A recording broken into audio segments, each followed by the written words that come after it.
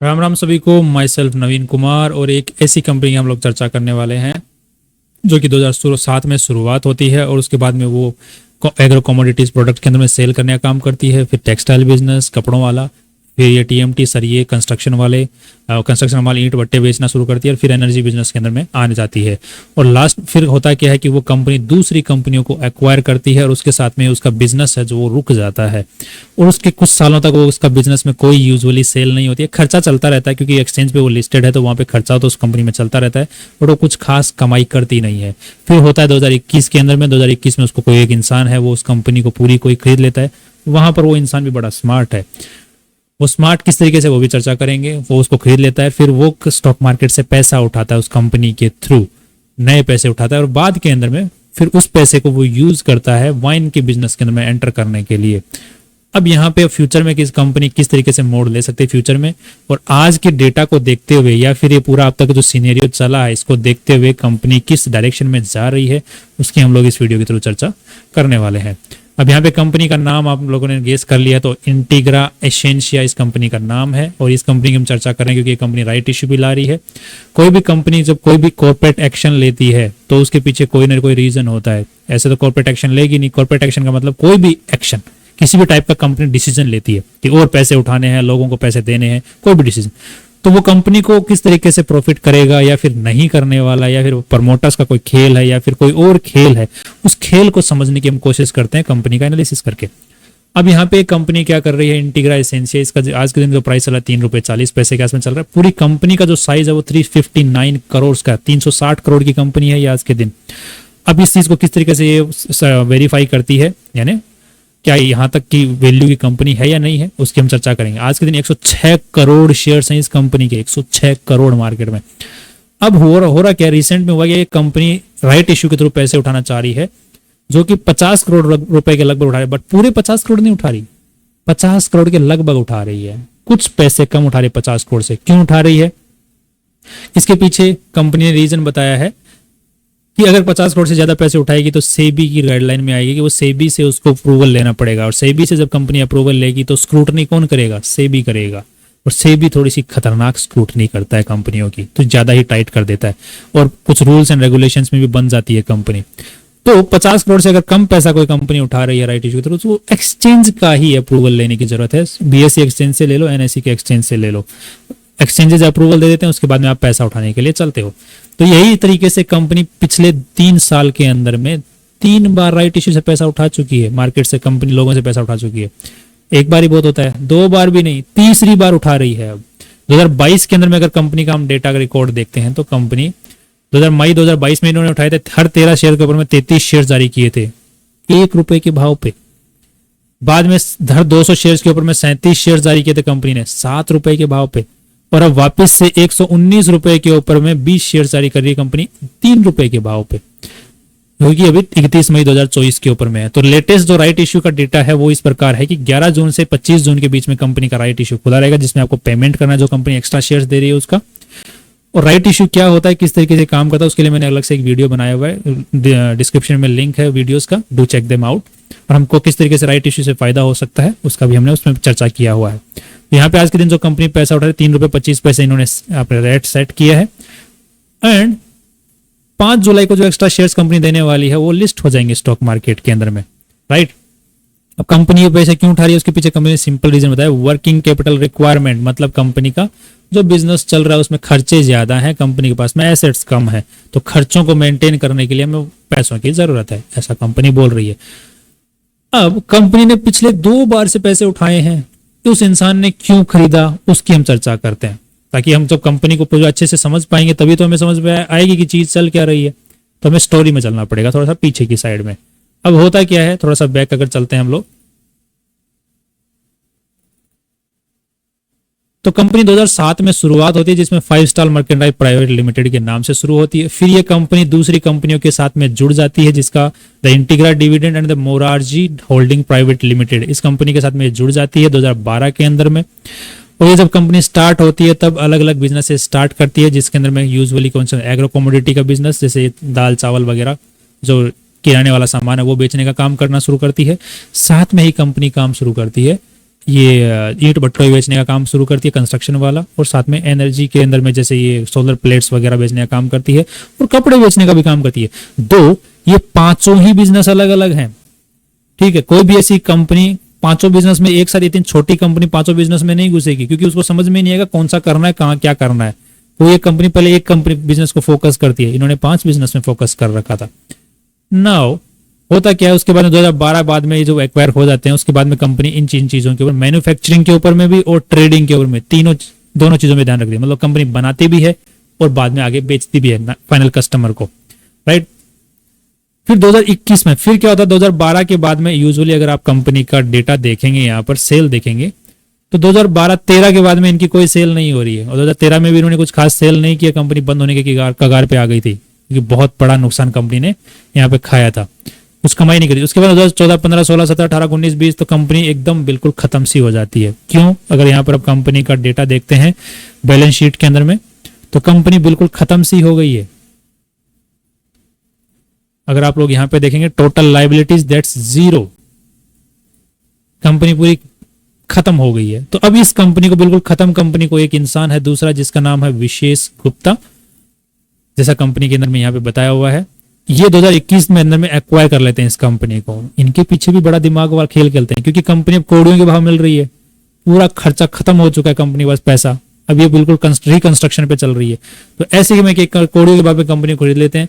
अगर हम लोग मान के चलते हैं कितने में खरीदा, वो बात में अगर नहीं जाते हैं, तो हम शेयर प्राइस के हिसाब से देख लेते हैं कितने में पड़ी होगी। तो एक कंपनी जिसको स्टॉक मार्केट्स में पैसा उठाना चाहिए होता है, वो कम से कम 3-4 साल का उसको बिजनेस दिखाना पड़ता है।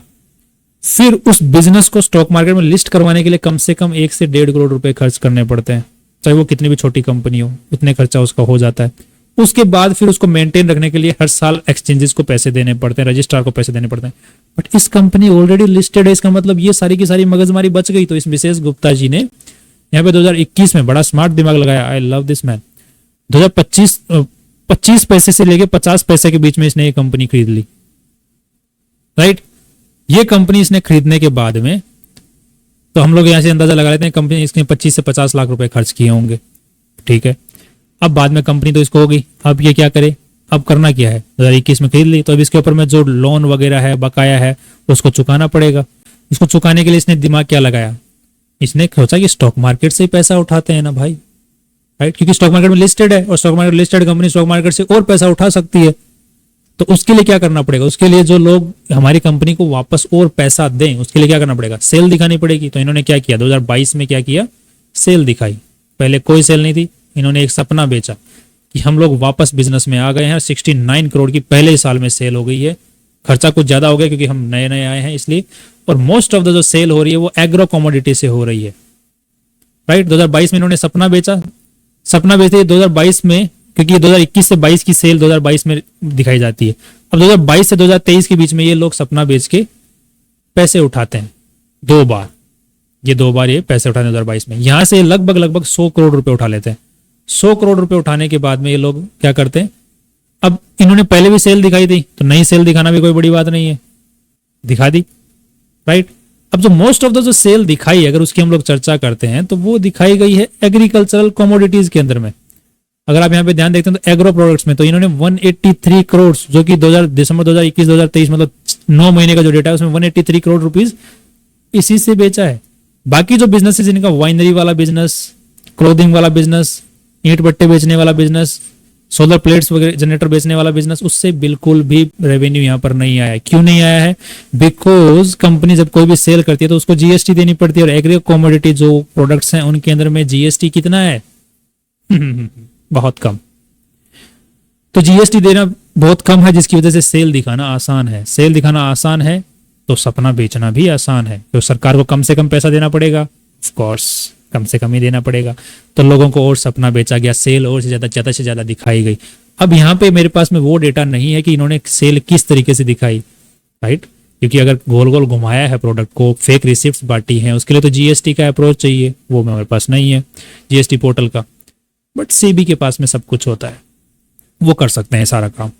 अब नेक्स्ट सेल दिखा दी, ओके। अब क्या कर रहे हैं, अब 2023 मार्च 2023 को ये खत्म हो गया, यहाँ पे 2 बार पैसे उठा के।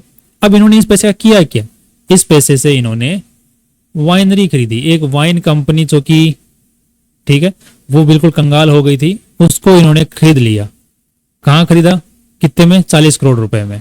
कहाँ है इसका डेटा, इसका डेटा है यहाँ पर। ये कंपनी का नाम है चेट्यू इंडेजे, गजब सा नाम है, ये कंपनी है, इसका ये हाउस है, ये फैक्ट्री का साइज है और इसके आसपास की कुछ जमीन है जहां पर अंगूर उगते हैं, उगाने हैं। तो कंपनी सपना बेच रही है कि जो पैसे राइट इश्यू से उठाए उसने हमने ये फैक्ट्री खरीदी और जमीन खरीदी जिसके वजह से हम वाइन बनाएंगे वहीं से अंगूर तोड़ तोड़ के, ये कंपनी बोल रही है। अब नेक्स्ट हम लोग देखते हैं, अगर एक सेकंड में डेटा को निकाल लेता हूं एक बार। ओके, ये रहा, 40 करोड़ रुपए के अंदर में इन्होंने ये वाइनरी वाला बिजनेस खरीद लिया, जो कि 100 करोड़ रुपए उठाए इससे।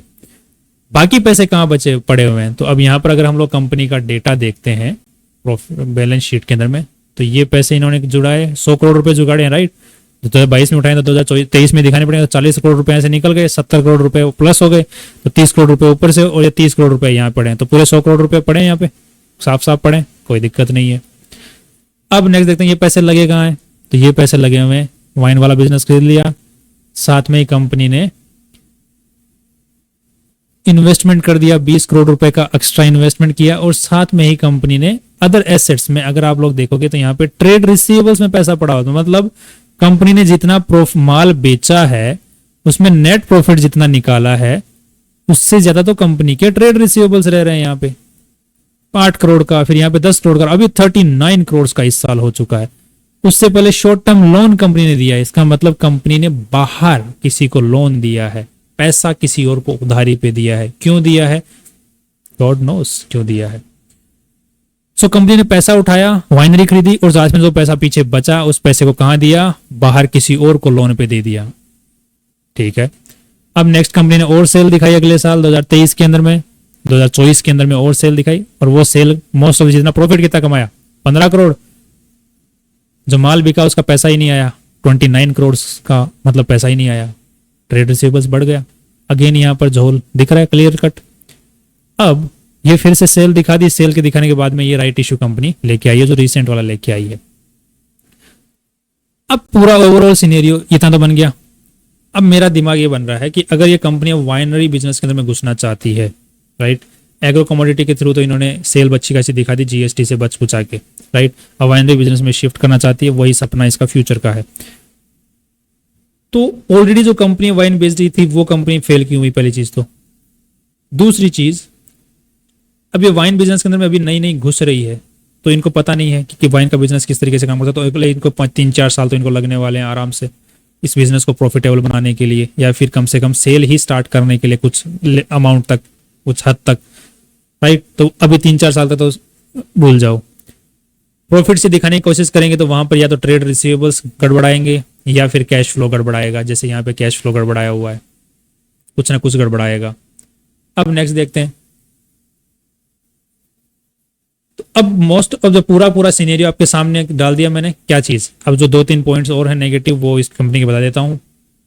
पहला एक नेगेटिव पॉइंट बता दें, इसके पास कंपनी के पास में जो खुद का रजिस्टर्ड ऑफिस है और जो इनका गोडाउन है वो दोनों ही लीज पर हैं, खुद के नहीं है कंपनी के। कंपनी के पास में सिर्फ खुद का ये जो अभी वाइनरी वाला बिजनेस खरीदा है यही कंपनी का खुद का है, जिसमें लैंड भी कंपनी का है, जमीन खुद की है और फैक्ट्री खुद की है। तो सिर्फ यही एक बिजनेस एसेट है कंपनी के पास में, इसके अलावा सब कुछ लीज पर है, ठीक है। नेक्स्ट अगर देखेंगे कंपनी के चार्ट को, तो कंपनी का चार्ट क्लियरली सिर्फ अपर सर्किट मार रहा है या फिर सिर्फ लोअर सर्किट मार रहा है। इसकी वजह से कंपनी के ऊपर में एडेड सर्विलांस भी हो सका, इंटीग्रा एसेंशिया स्टेज 2, ठीक है।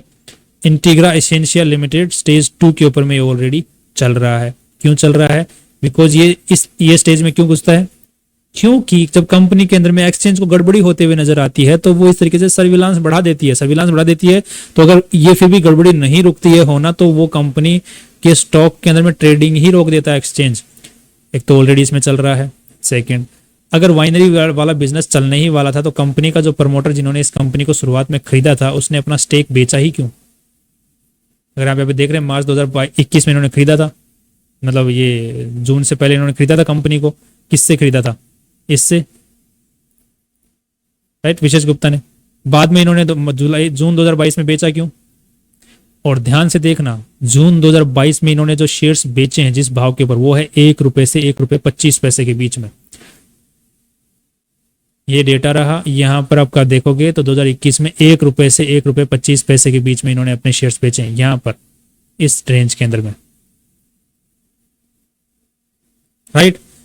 अब यहां पे जैसे ही शेयर्स को बेचा, उसके बाद में कंपनी का स्टॉक ऊपर जाना स्टार्ट हो गया। क्यों?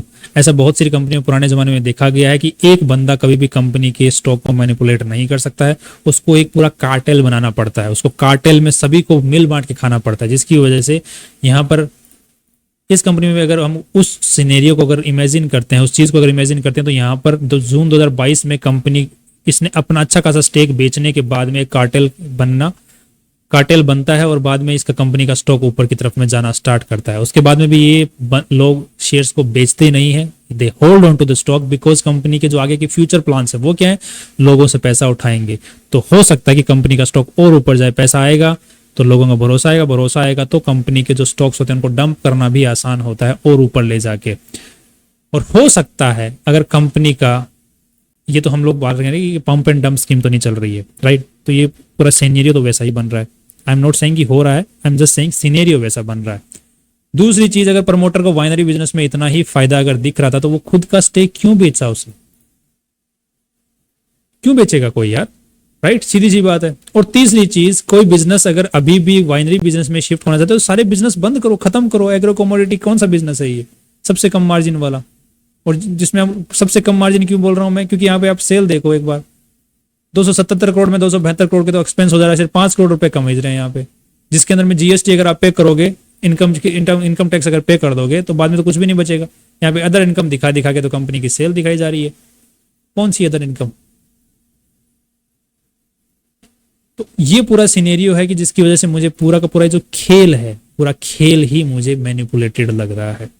अब मैं, हो सकता है मेरे से कुछ चीजें मिस हो गई हों, या फिर मैंने इस कंपनी के पूरे डेटा को बुरे ही अलग तरीके से, गलत तरीके से ले लिया हो। जो मेरे सामने डेटा है मैंने आपके सामने प्रेजेंट किया, और वो डेटा क्यों गलत तरीके से लिया वो भी प्रेजेंट किया।